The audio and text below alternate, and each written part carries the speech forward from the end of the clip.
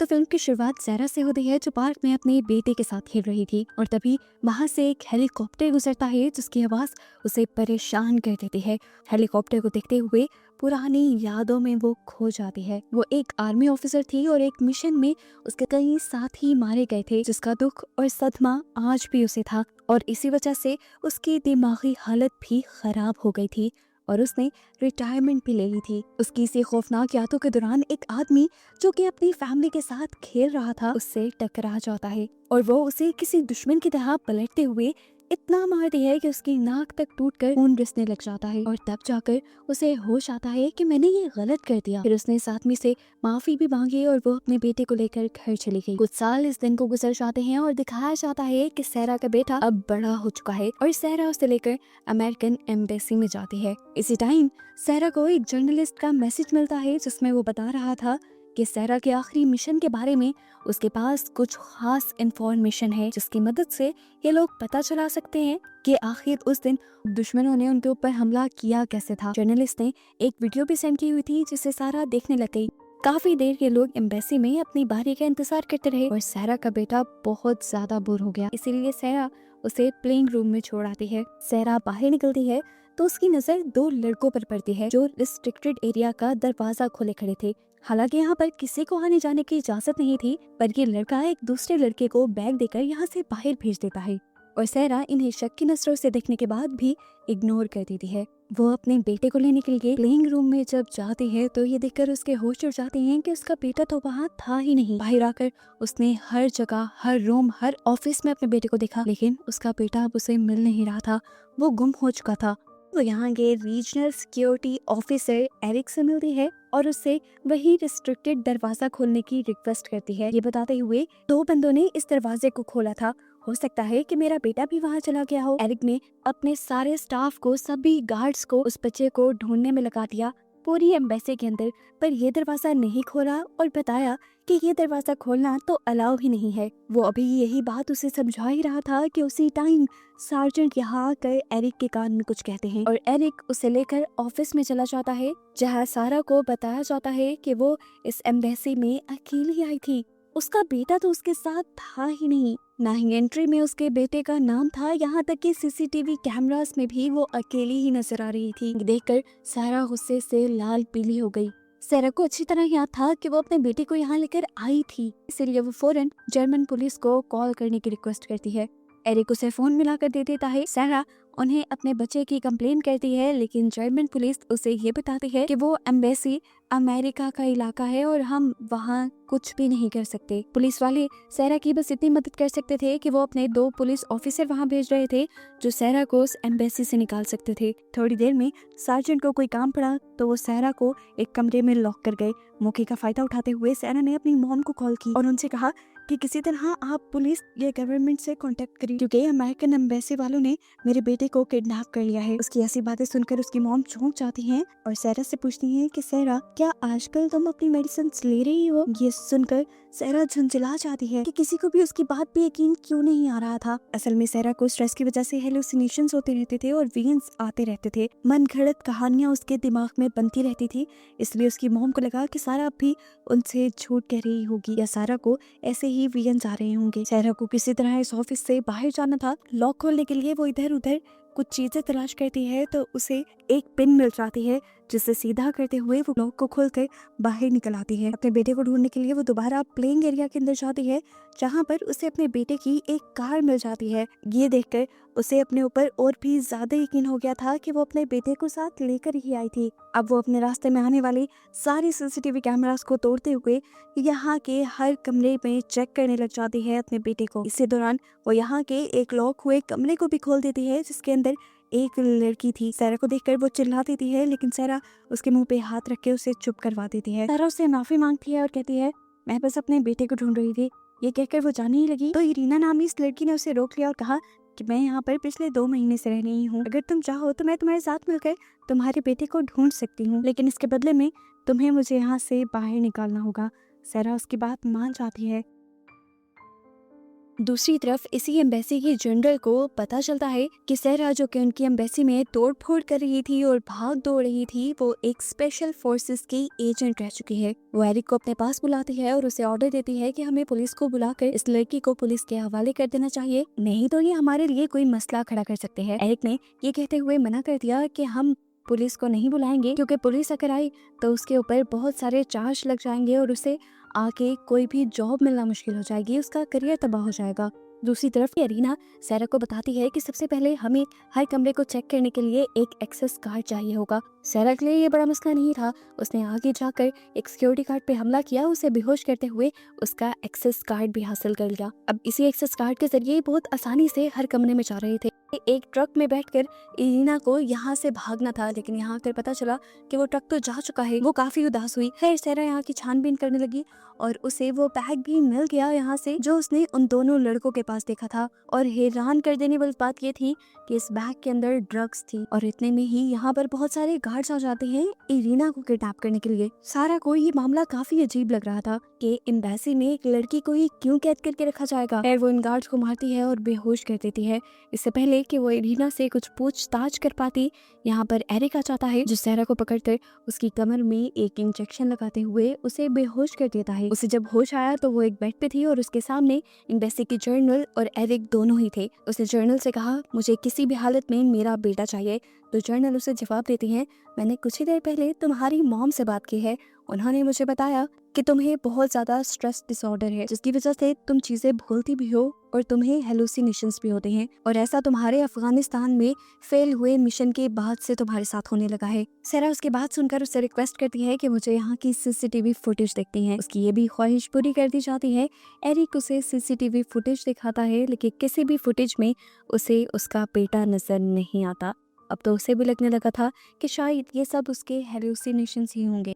पूरी रात यहाँ रहते हैं और सुबह होते ही उसे यहाँ से लेने के लिए इरीना आ जाती है बहरूपिया बनकर। अब सैरा इरीना से पूछती है, आखिर तुम हो कौन और ये लोग तुम्हारे पीछे क्यों पड़े हैं? वो बताती है कि मेरे डैड एक पॉलिटिशियन थे। पॉलिटिशियन होने के साथ साथ वो एक डॉन भी थे। उनके पास बहुत सा पैसा था और वो यूएस गवर्नमेंट के कई इलीगल काम भी करवाते थे। पर फिर जब उन्होंने पार्टी बदली तो गवर्नमेंट के लोगों ने उन्हें मरवा दिया और मुझे उन्होंने पकड़ दिया। उस दिन तुम्हारे सामने वो लोग मुझे मारने आ रहे थे, जिनसे तुमने मेरी जान बचाई।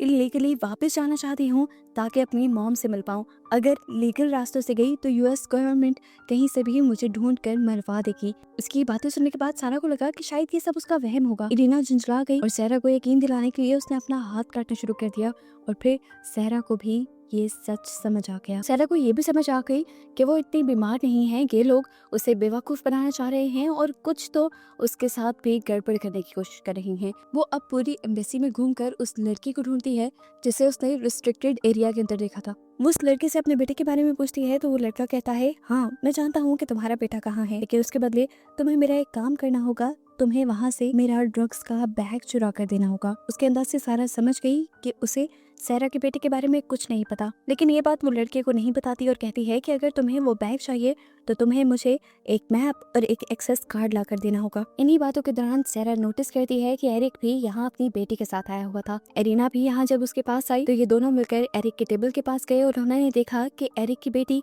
अपना एक खिलौना यहीं पर भूल गई थी, जिसे इन दोनों ने उठा लिया। आधे घंटे बाद इन दोनों को वो लड़का जेंट्स वॉशरूम में बुलाता है। वहाँ पर वो एक्सेस कार्ड और इस जगह का मैप लेके आया था, जिसको देखते हुए ये लोग सार्जेंट के ऑफिस में पहुंच जाते हैं। ये लोग सार्जेंट के कंप्यूटर को चेक करने लगते हैं और वहाँ उसे सैरा नाम की एक फाइल मिलती है, जिसे खोलने पर उसे पता चलता है एक एक चीज इन्हें सैरा के बारे में पता थी, वो भी अभी से नहीं बल्कि काफी पहले से। इसी दौरान उसे इस्लामाबाद मीटिंग के नाम से एक फाइल दिखती है, जिसे जब वो ओपन करती है तो उसे इस्लामाबाद में एरिक नजर आता है। इस पिक्चर में एरिक क्लियर था। सैरा को याद आया कि यही वीडियो उसे सुबह जर्नलिस्ट ने भी भेजी थी। उसे जर्नलिस्ट को कॉल की और पूछा कि एरिक का इस सब से क्या लिंक है। तो वो जर्नलिस्ट अब उसे बताता है कि अफगानिस्तान में यूएस मिलिट्री की बेस पर जो हमला हुआ था उसे करवाने के पीछे कोई और नहीं बल्कि एरिक ही था। एरिक ने ही उनकी लोकेशन दुश्मनों को दी थी, जिसके बदले उसे पैसे मिले थे।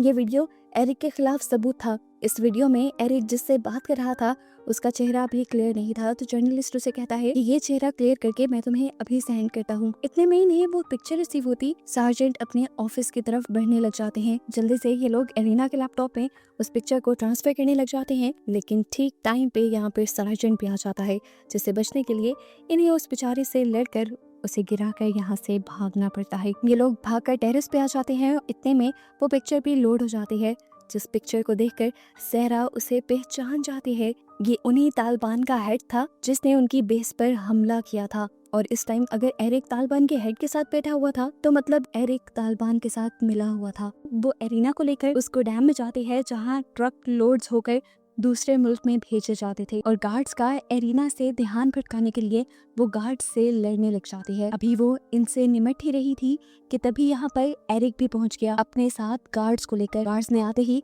धड़ाधड़ सहरा पे हमला शुरू कर दिया, जिन सबसे सहरा एक एक करके बड़े अच्छे से निमट लेती है, क्योंकि वो एक ट्रेन सोल्जर थी। ऐसे गार्ड्स से लड़ना उसके लिए आम बात थी। जब सभी गार्ड्स को वो हरा कर गिरा देती है तो एरिक उस पर हमला कर देता है, पर वो बेचारा भी सहरा के सामने कुछ नहीं था। सहरा उसका मार मार कर बुरा हाल कर देती है और उसी की गन छीन कर उसी पर पॉइंट कर देती है और उससे कहती है, मुझे मारने के लिए इतना बड़ा प्लान क्यों बनाया? तुम कुछ भी करवा सकते थे, सड़क पर मेरा एक्सीडेंट करवा सकते थे, मेरा मर्डर करवा सकते थे, तुम्हारा मकसद तो सिर्फ मुझे खत्म करना था ना। एरिक हैरान होकर उससे सवाल करता है, तुम्हें कैसे पता कि मैं तुम्हें मरवाना चाहता हूँ, और मैं तुम्हें क्यों मरवाऊंगा? सहरा बोली, क्योंकि मैं वही आखिरी सोल्जर हूँ जो उस दिन अफगानिस्तान में बच गई थी। मैं ही उसी सारे हमले की आई विटनेस हूँ जिसको करवाने के पीछे तुम्हारा भी हाथ है, और बस अपने आप को बचाने के लिए तुम मुझे मारना चाहते हो, लेकिन मैं तुम्हें नुकसान नहीं पहुंचाऊंगी। मैं बस इतना चाहती हूँ कि तुम मेरा बेटा मुझे वापस दे दो। एरिक उससे कहता है कि अगर मुझे कुछ हुआ तो याद रखना कि तुम्हारा बेटा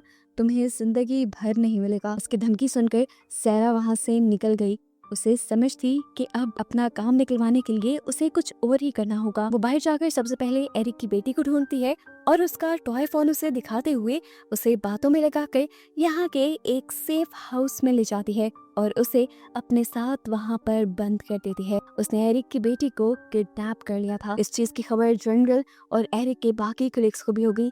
सभी लोग इस सेफ हाउस के सामने आ गए और सभी ने सहरा से उस बच्चे को छोड़ देने को कहा, लेकिन सहरा उसे छोड़ने के लिए तैयार नहीं थी। बार बार हर कोई उससे यही रिक्वेस्ट कर रहा था कि उस बच्चे को छोड़ दो, तो सहरा कहती है, ठीक है, मैं उस बच्चे को छोड़ दूंगी, लेकिन एक शर्त पर। मुझे एरिक से कुछ बात करनी है।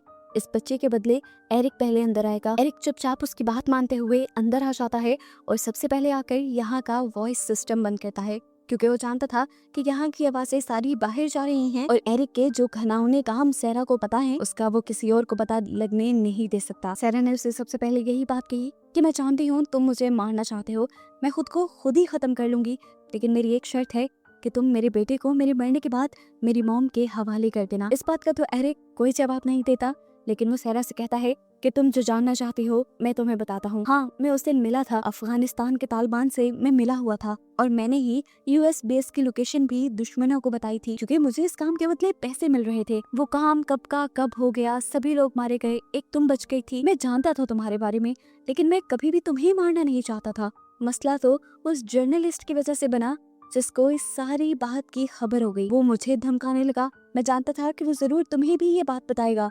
इससे पहले ही मैं उस जर्नलिस्ट को मरवाना चाहता था, लेकिन तुम्हें उसके मरने से पहले ही ये सारी बातें पता चल गई और फिर इस तरह तुम्हें भी मारना मेरी मजबूरी बन गया। हाँ, तुम सच थी, तुम्हारा बेटा तुम्हारे साथ यहाँ आया था, लेकिन मुझे तुम्हें मारने के लिए ये पूरा खेल खेलना पड़ा। सीसीटीवी से मैंने ही तुम्हारे बेटे को गायब करवाया था। ये सारी बातें करने के बाद वो अपनी गन से पहले सहरा को शूट कर देता है और फिर खुद ही अपने टांग में गोली मारकर सहरा के हाथ में गन पकड़ा देता है और फौरन सेफ हाउस से इस तरह एक्टिंग करते हुए बाहर आता है जैसे सहरा ने पहले उसके ऊपर हमला किया और फिर अपने आप के बचाव में उसने सहरा को गोली मार दी। सहरा इस टाइम मरी नहीं थी, लेकिन वो बुरी तरह जख्मी जरूर थी। एरिक ये सब तो भूल ही गया था कि सहरा भी कोई आम इंसान नहीं थी, वो एक सोल्जर थी। ये सारी बातें जो एरिक ने यहाँ उसके सामने की थी, उसने एरिक की बेटी के ही टॉय फोन में ये सब रिकॉर्ड कर लिया था। बाहर सभी लोग इस टाइम सहरा को टेररिस्ट समझ रहे थे। जिस सेफ हाउस के अंदर सहरा थी, उस सेफ हाउस को खत्म करने के लिए वो तो उसके बाहर बॉम्ब भी लगा दे, लेकिन उससे पहले ही सहरा वो रिकॉर्डिंग यहाँ के माइक्स में प्ले कर देती है। बाहर खड़े हुए सभी लोग एरिक का वो कन्फेशन सुन पाते हैं और जान जाते हैं कि एरिक एक घिनौना इंसान है। वो ना सिर्फ इस टाइम सहरा के साथ ही खेल खेल रहा था, बल्कि उसने यूएस गवर्नमेंट और यूएस मिलिट्री के साथ भी बहुत बड़ी गद्दारी की थी। एरिक का चेहरा जब सबके सामने आता है तो एम्बेसी की जनरल फौरन ही उसे गिरफ्तार करवा देती हैं। सहरा को सेफली सेफ हाउस से बाहर निकाल लिया जाता है और उसके बेटे को भी ढूंढकर जल्द ही उसके हवाले कर दिया जाता है। एम्बेसी की तरफ से उसे अच्छी हेल्थ केयर सर्विस प्रोवाइड की जाती है, जिससे उसका इलाज होता है और वो बिल्कुल ठीक हो जाती है। और मूवी के एंड पर सहरा को उसके बेटे के साथ खुश दिखाया जाता है और बस इसी के साथ ये मूवी यहाँ खत्म हो जाती है।